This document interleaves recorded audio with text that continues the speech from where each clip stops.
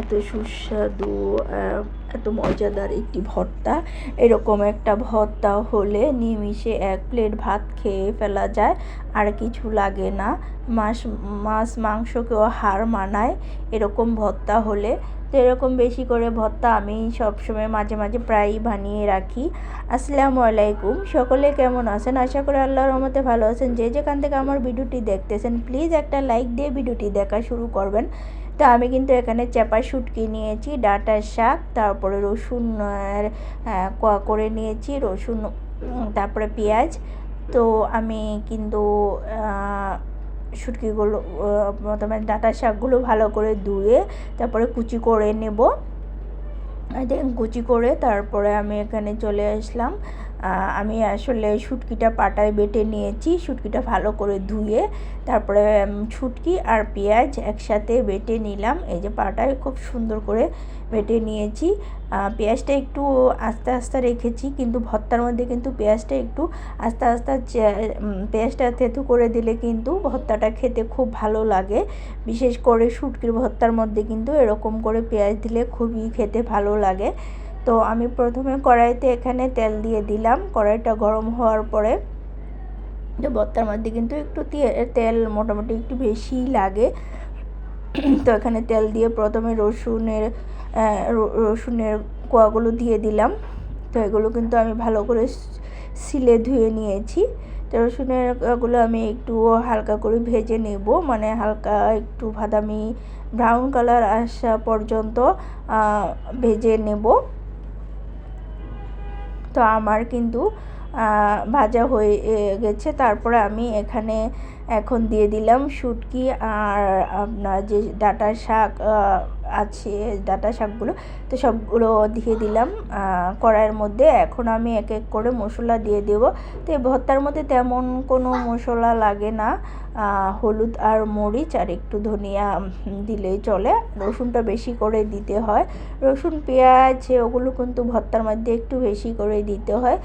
তো শুটকির ভর্তার মধ্যে হলুদ একটু কমই লাগে, কিন্তু যেটা বেশি লাগে সেটা হচ্ছে মরিচটা কিন্তু একটু বেশি হয়, কেননা শুটকির ভর্তা কিন্তু একটু ঝাল ঝাল খেতে খুব ভালো লাগে।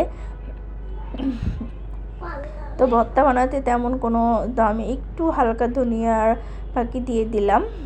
দিয়ে এখন আমি একটু ঝোল দিয়ে দেব, ঠিক পানি দিয়ে দেব। পানি দিয়ে যে আমি আবার কিছু বাটা রসুনও দিয়েছি, কেননা রসুনগুলো এগুলো থেতু করা।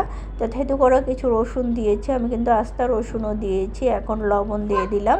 তো লবণ দিয়ে কিন্তু আমি কিছুক্ষণ এখন একটু পানি অ্যাড করে তারপরে কিছুক্ষণ রান্না করে নেব।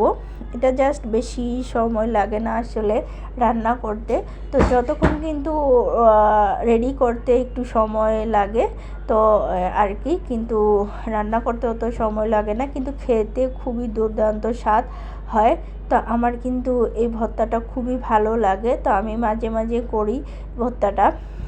তারপর আমি একটু বেশি করে নেই, আমি একটু বেশি করে রেখে দেই। তারপর আমার যখন ইচ্ছে হয় তখনই ভর্তা কিন্তু প্রতিদিন আসলে বানানোটা কিন্তু একটু বিরক্ত লাগে, তাই কিন্তু একদিন একটু বেশি করে বানিয়ে নিলে কিন্তু সবসময়ই খাওয়া যায় যখন ইচ্ছে করে।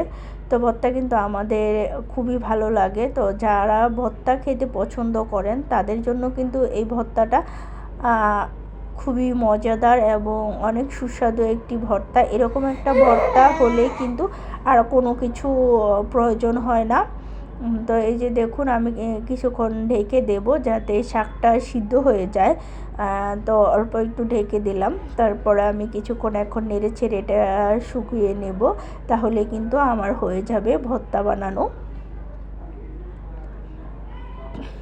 তো বিশেষ করে কিন্তু আমি, যারা ভর্তা প্রেমিক তারা কিন্তু এরকম ভর্তা বানিয়ে রাখতে পারেন। তো এরকম ভর্তাগুলো কিন্তু খেতে খুবই স্বাদ হয় এবং খুবই মজাদার, এবং আমার কাছে তো খুবই ভালো লাগে, কেননা আমি বানিয়ে রেখে যাই। তো আবার যখন ইচ্ছে করে তখনই আমি, অনেক সময় দেখা যায় মাছ মাংস খেতে ভালো লাগে না, বাট একটু ভর্তা খেতে ইচ্ছে করে তখন কিন্তু আসলে দেখা যায় সাথে সাথে আর বানানো যায় না। তা ফ্রিজে কিন্তু একটু ভর্তা থাকলে যখন ইচ্ছে তখনই নামিয়ে খাওয়া যায়। তো ও কিন্তু ভর্তাটা কিন্তু একটু বেশি করে বানিয়ে রাখলেই চলে। তা আমার বাসায় কিন্তু ভর্তা তেমন কেউ খায় না, কিন্তু বিশেষ করে আমি খাই, তাই আর কি আমার যেতটুকু দরকার আমি এতটুকু বানিয়ে রেখে দেই। তা আমার কিন্তু ভর্তা ছাড়া চলেই না, আমি কিন্তু বিভিন্ন রকমের ভর্তা করে, আমার বাসার মধ্যে সবসময় একটা ভর্তা থাকতে হয়। জাস্ট আমার যখন মনে চায় আমি তখনই খাই, কেননা ভর্তা সবসময় আসলে বানানো যায় না, আর বিশেষ করে শুটকির ভর্তা তো এটা কথাই নয়। তো এই যে দেখুন কালারটা কিন্তু অনেক সুন্দর হয়েছে, আর এটা কিন্তু খেতেও দুর্দান্ত স্বাদ।